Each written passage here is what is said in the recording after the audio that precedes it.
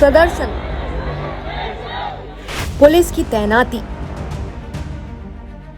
लाठीचार्ज, आंसू gas, water cannon, ये सब आपने कई बार देखा होगा। लेकिन अगर किसी प्रदर्शन के दौरान पुलिस के हाथ में AK-47 जैसी असॉल्ट राइफल दिखाई दे या फिर उससे फायरिंग का दावा सामने आए, तो क्या ये कानून के खिलाफ है? नमस्कार, मैं हूं अनन्या सिंह, आपकी वकील। आज मैं आपको बताऊंगी कि एक नागरिक के तौर पर प्रदर्शन यानी कि प्रोटेस्ट के दौरान आपके कानूनी अधिकार क्या हैं और पुलिस की कानूनी सीमाएं आखिर क्या हैं। क्या भारत में पुलिस प्रदर्शनकारियों पर AK-47 जैसे हथियार का इस्तेमाल कर सकती है? क्या प्रदर्शन करना आपका संवैधानिक अधिकार है? पुलिस किन परिस्थितियों में घातक हथियार का इस्तेमाल कर सकती है और कब नहीं? अगर पुलिस तय नियमों का पालन नहीं करती है तो आम नागरिक के पास क्या कानूनी अधिकार हैं और अधिकारियों के खिलाफ क्या कार्रवाई हो सकती है? तो सबसे पहले जानते हैं कि आखिर बिहार के सिवान में उस दिन क्या हुआ था और कैसे एक वायरल वीडियो पूरे देश में कानूनी बहस का विषय बन गया। देश भर में नीट पेपर लीक और शिक्षा व्यवस्था को लेकर अलग अलग जगहों पर प्रदर्शन हो रहे थे और इसी बीच सिवान में भी छात्रों और युवाओं का प्रदर्शन शुरू हुआ। प्रदर्शन के दौरान पुलिस और प्रदर्शनकारियों के बीच तनाव बढ़ गया। इसी दौरान सोशल मीडिया पर एक वीडियो भी वायरल हुआ। वीडियो में दावा किया गया है कि एक पुलिसकर्मी AK-47 जैसी दिखने वाली एक राइफल से फायरिंग करता हुआ दिखाई दे रहा है। जैसे ही वीडियो वायरल हुआ, पूरे मामले ने राजनीतिक रंग भी ले लिया। विपक्ष ने सरकार और पुलिस की कार्रवाई पर सवाल उठाए।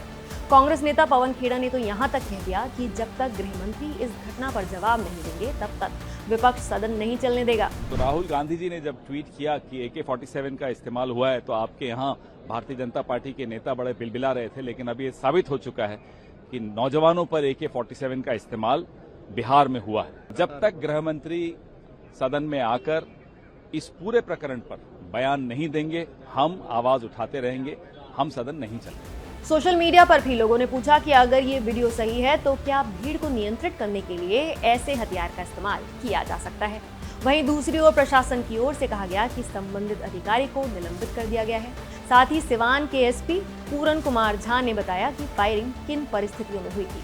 AK-47 से कोई भी जख्मी नहीं हुआ है। क्यों DIU का जवान JP चौक पर गया, इसकी जांच के दौरान पता चला कि उस दिन एक हत्या की घटना घटित हुई थी। उसकी जांच एवं कार्यवाही के लिए टीम वहां से गुजर रही थी।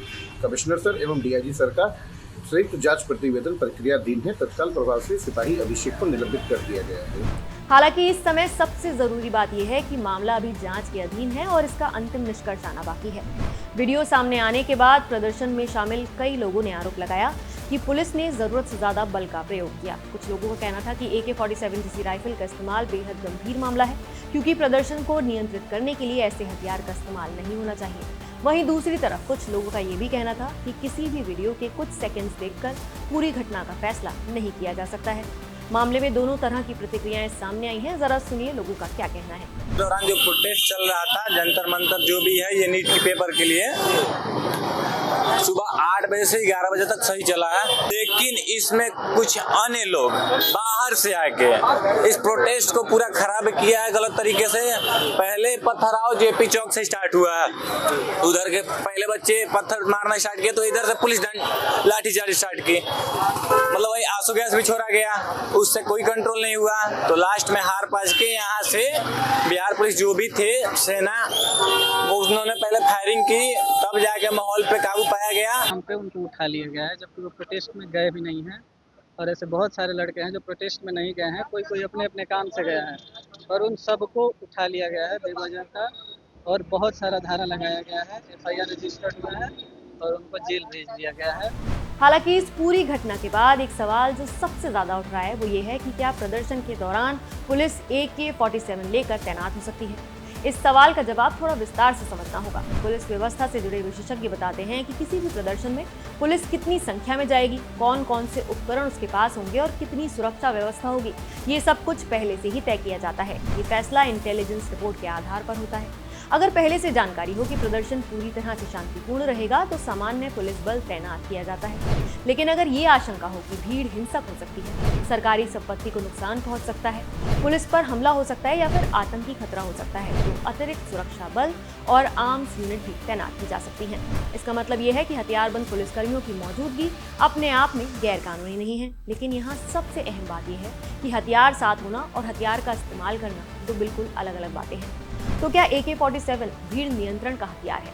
इसका सीधा साफ और कानूनी जवाब है नहीं। पुलिस व्यवस्था से जुड़े विशेषज्ञों के अनुसार सामान्य भीड़ नियंत्रण के लिए AK-47 जैसी असॉल्ट राइफल का कोई नियमित प्रावधान नहीं है। ऐसी राइफलें युद्ध, आतंकवाद विरोधी अभियान या फिर अत्यधिक गंभीर सुरक्षा परिस्थितियों के लिए बनाई गई होती हैं और इसका उद्देश्य भीड़ को नियंत्रित करना नहीं होता है। देखिए, AK-47 एक असॉल्ट राइफल है। इसकी फायरिंग स्पीड सामान्य पुलिस हथियारों से काफी ज्यादा होती है। इसकी गोली बहुत तेज गति से निकलती है और इसकी मारक क्षमता भी बहुत ज्यादा होती है। अगर भीड़ में ऐसी राइफल से गोली चलाई जाए तो ये तय करना बहुत मुश्किल हो जाता है कि गोली किसे लगेगी। ये इतना खतरनाक हथियार है कि गोली सामने वाले व्यक्ति के शरीर को पार करके पीछे खड़े दूसरे लोगों को नुकसान तक पहुंचा सकती है। इसी वजह से पूरी दुनिया में भीड़ नियंत्रण के लिए कम घातक हथियारों को प्राथमिकता दी जाती है। लेकिन फिर पुलिस भीड़ को नियंत्रित कैसे करती है? तो भारत में पुलिस के पास एक तय प्रक्रिया होती है। इसे स्टैंडर्ड ऑपरेटिंग प्रोसीजर यानी कि SOP कहा जाता है। इसका मकसद ये होता है कि स्थिति को कम से कम नुकसान के साथ नियंत्रित किया जाए। आमतौर पर पुलिस सबसे पहले लोगों को चेतावनी देती है, लाउडस्पीकर से घोषणा की जाती है और लोगों से बातचीत की जाती है। उन्हें शांतिपूर्वक हटने का मौका दिया जाता है और अगर भीड़ नहीं मानती है तो वाटर कैनन का इस्तेमाल किया जा सकता है।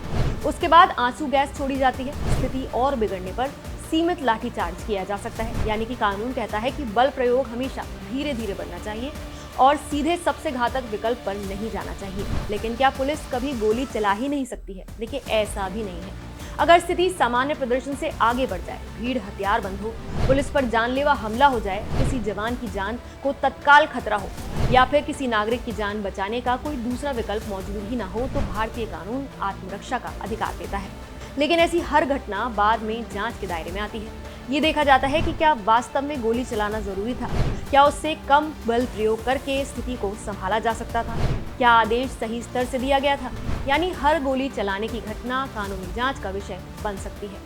अब आपको ये भी बता दें कि संविधान क्या कहता है। तो भारत का संविधान हर नागरिक को शांतिपूर्ण प्रदर्शन करने का अधिकार देता है। अनुच्छेद 19(1) भी कहता है कि नागरिक बिना हथियार के शांतिपूर्वक इकट्ठे हो सकते हैं, लेकिन ये अधिकार असीमित नहीं है।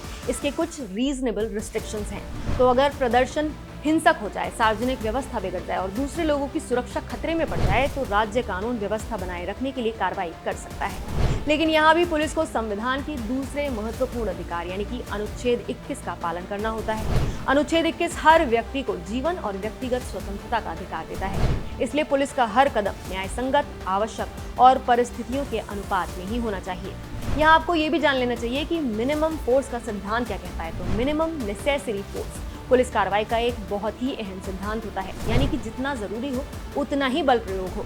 अगर बिना गोली चलाए काम हो सकता है तो गोली नहीं चलेगी। अगर बातचीत से मामला सुलझ सकता है तो पहले बातचीत ही होगी। अगर आंसू गैस से भीड़ हट सकती है तो घातक हथियार का इस्तेमाल नहीं किया जाएगा और आंसू गैस ही छोड़ी जाएगी। यही सिद्धांत भारतीय अदालतें भी कई फैसलों में दोहरा चुकी हैं। लेकिन अगर नियम पुलिस तोड़ दे तो क्या होगा? आपके अधिकार उस समय क्या होंगे? तो अगर आरोप लगे कि पुलिस ने जरूरत से ज्यादा बल का प्रयोग किया है तो सबसे पहले तो विभागीय जांच हो सकती है। संबंधित अधिकारी को निलंबित किया जा सकता है, जैसे कि सिवान के मामले में किया भी गया है।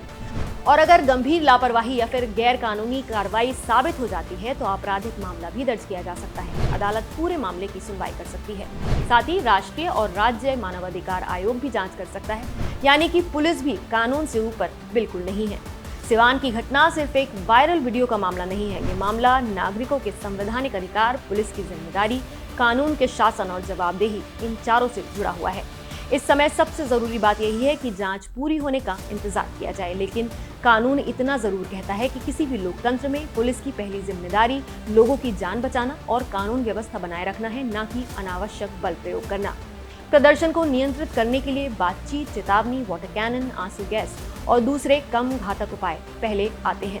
लोकतंत्र की सबसे बड़ी ताकत यही है कि नागरिक अपनी बात खुलकर कह सके, भारत का संविधान हर नागरिक को शांतिपूर्ण और बिना हथियार के प्रदर्शन करने का पूरा अधिकार देता है, लेकिन इसके साथ ये जिम्मेदारी भी आती है कि प्रदर्शन कानून के दायरे में रहे और किसी दूसरे व्यक्ति के अधिकारों या फिर सार्वजनिक व्यवस्था को कोई नुकसान न पहुंचे।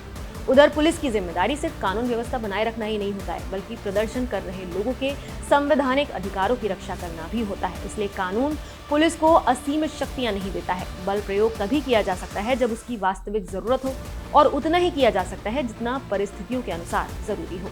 अगर आप कभी किसी प्रदर्शन का हिस्सा बनते हैं तो ये जानना जरूरी है कि आपको शांतिपूर्ण तरीके से अपनी बात रखने का पूरा अधिकार है। वहीं अगर पुलिस कार्रवाई करती है तो वो भी तय कानूनी प्रक्रिया, निर्धारित नियमों और संविधान के दायरे में रहकर ही होनी चाहिए। किसी भी तरह की कार्रवाई बाद में न्यायिक और कानूनी जांच के दायरे में आ सकती है। याद रखिए, लोकतंत्र में अधिकार और जिम्मेदारियां दोनों साथ साथ चलते हैं। नागरिक कानून का पालन करें, पुलिस संविधान का सम्मान करे और दोनों मिलकर शांति और व्यवस्था बनाए रखें। यही भारतीय लोकतंत्र की मूल भावना है। इसी तरह हम आपको आपके कानूनी अधिकारों और कानून की सही जानकारी आसान भाषा में समझाते रहेंगे। मैं हूं अनन्या सिंह, आप देख रहे हैं आपकी वकील सिर्फ न्यूज़ नेशन पर।